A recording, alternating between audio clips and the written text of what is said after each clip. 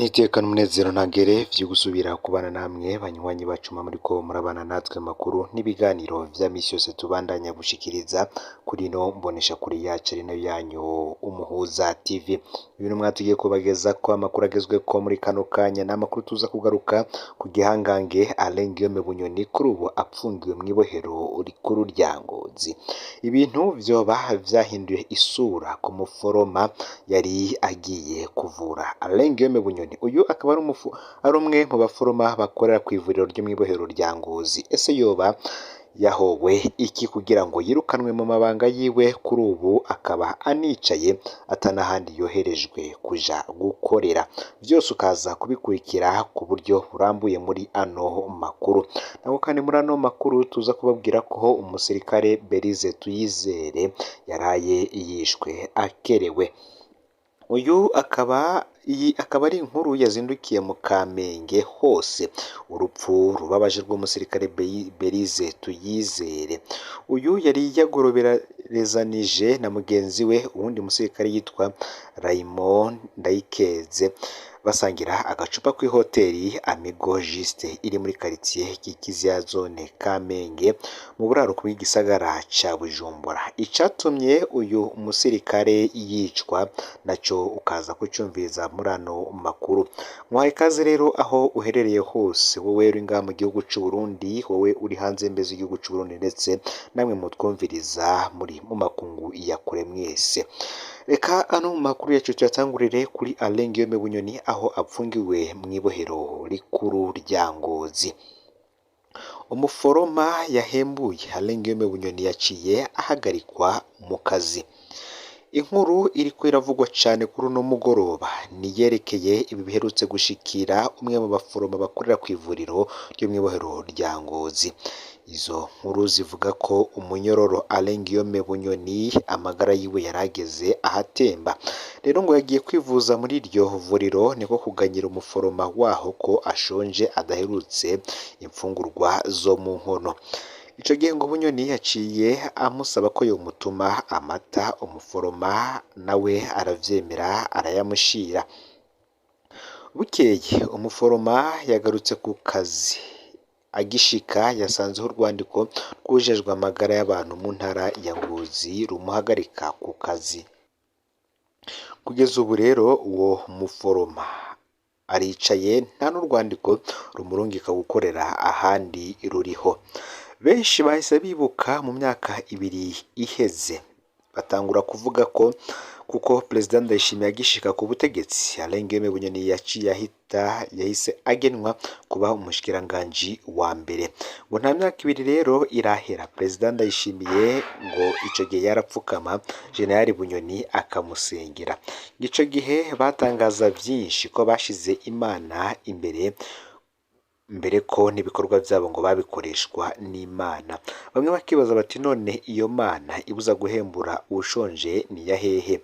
Kuko Bibiliya itubwira ngo nari impfunzwe urandaba. Ubwo uwo mutima wo gupfunga umuntu ukamwima imfungurwa uva ku Mana. Benshi bakavuga ko umunyororo ari umuntu nk'abandi akwiriye kubahirizwa uburenganzira bwiwe. Benshi bakavuga ko kandi abaharanira agateka ka zina muntu nabo batazohagarika gusaba ko Bunyoni ahanirwa ivyaha yakoreye Abarundi, ariko kandi ngo ntibazohagarika nanone gusaba ko Bunyoni yubahirizwa mu burenganzira bwiwe nk'umuntu canke nk'umunyororo. Ngo arakwiye guhabwa uburenganzira bwose nk'umunyororo n'agateka kiwe kakubahirizwa. Tubibutse ko Alain Guillaume Bunyoni aho apfungiwe yagiye arakorerwa ibintu vyinshi bigiye bitandukanye. Byatanguriye mu gasho k'iperereza ku biro bikuru vy'iperereza i Bujumbura, aho yariko arabazwa vyinshi bigiye bitandukanye, ari nako yariko aborezwa igufa ngo avuga abo bari bafadikanije mu mugambi wo gutembagaza ubutegetsi bwa Perezida Ndayishimiye. Ari naho hagiye hafatwa ibihangange vyinshi bitandukanye, harimo nka Colonel Desire Uwamahoro, Engineer Kome Niyonsaba yarajejwe inyubakwa za Alain Guillaume Bunyoni kwa Reverien Ndikuriyo, umunyamabanga mukuru w'umugambwe CNDD FDD barahasaka. Denise Bucumi umutambukanyi umuhisi Petero Nkurunziza nawe baramusaka mu rugo iwe. Daniel Gerase Ndabirabe umukuru w'inama nshingamateka baramusaka, ndetse na na Edouard Nduwimana yahoze ari umuhuza w'abarundi. Aba bose rero bakaba bari kuri iyi dosiye ya Alain Guillaume Bunyoni. Kuri dosiye ya Alain Guillaume Bunyoni rero abamaze kuyizira hakaba hiyongeye ko n'uyu umuforoma yazize ko yahembuye Bunyoni, kuko Bunyoni yari yagiye kwivuza muri iryo vuriro nyene riri mw'ibohero rikuru rya Ngozi. Nk'uko kandi nari mpejeje kubabwira mu mfunyapfunyo, reka ano makuru yacu tuyabandanirize kuri uyu umusirikare Berize Tuyizere Murantunge yaraye yishwe akerewe. Iyi ni inkuru yazindukiye mu Kamenge, ikaba ari inkuru y'urupfu rubabaje rw'umusirikare Berize Tuyizere, matrikire 8874. Ejo haheze Berize Tuyizere yari yagoroberezanije na mugenzi we wundi musirikare yitwa Raymond Ndayikeze, matrikire 8627. Basangira agacupa ku hoteli Amigo Juste iri muri quartier Kikizi ya zone Kamenge mu buraruko bw'igisagara ca Bujumbura. Abo basirikare babiri bari basanzwe bakora mu ikambi ishejwe gucungera inzego. Ijoro rigeze Berize na Raymo basabye icumba bararamwo. Uyu munsi mu gatondo ka kare niho abakozi b'iyo hoteli babona Raymo Ndayikeze asohotse icumba yiruka, bamuja ko baramufata. Bagiye kuraba mu cumba basanga yari yahejeje gukerera Berize Tuyizere. Muri gitondo cyo kuri uyu munsi kandi hazindutse abasirikare batari bake kuri iyo hoteli. Raymond Ndayikeze yahagaritswe n'imbugita yakoresheje mu kwica Berize Tuyizere yagiye ijanywe n'abapolisi.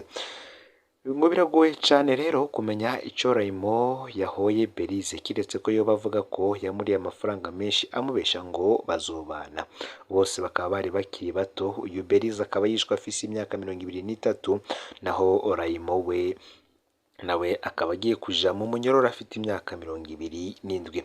Bahise batanga n'impanuro kurwaruka bavuga bati ni wakunda umuntu akaguheba urashimira Imana ngo izobikurinze gutwara uwutari rwawe, hako aguhebera mu rugo yo guheba kare. Ngo ntucike umutima ngo baraguhevye, kuko wawe ariho uzomubona kandi azokwibagiza umwe atari rwawe vy'ukuri.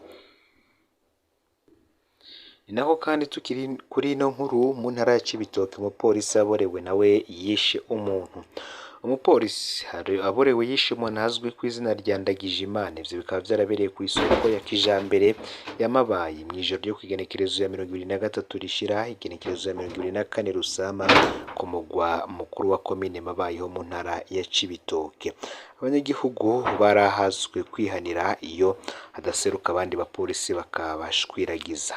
Umuryango w'uwishwe usaba ko uwikekwa ko icaha uhanwa hisunzwe amategeko. Mu ntwaro muri komine nabo bakaba bariko bemeza ayo makuru. Iryo bara rero ryaguye mu ijoro ryo kuwa kabiri rishira uwa gatatu w'indwi ku mugwa mukuru wa komine Mabayi. Umupolisi yari kwizamu kw'ishirahamwe ryo kuziganya no kugurana ryaho yararashe umuntu. Uwo muntu ngo yiketswe ko hari umusuma yagomba kwiba iryo shirahamwe, akaba ariko bivugwa n'isoko mu gipolisi. Ngo ni ikinyoma, niko vyavuzwe n'umwe mu bashinga intahe yavyiboneye. Ngo yarashwe hakiri kare kuko umupolisi yari mu kirabo kuva ku muhingamo hafi y'iryo shirahamwe, akaba ariko iryo soko rivugana agashavu. Musanteri wa komine Mabayi nawe abajijwe yemeje urupfu rw'uyo muntu, avuga ko atazi impamvu uwo muntu yarashwe. Nikodemu Ndahabonye Imana avuga ko amatohoza ariko araba imbere yo kongera ko ategekanya gukoresha amanama ku ndongozi z'igisirikare n'igipolisi kugira ngo abibutse ko kizira ko umusirikare canke umupolisi yitembereza mu kabari afise ikigwanisho.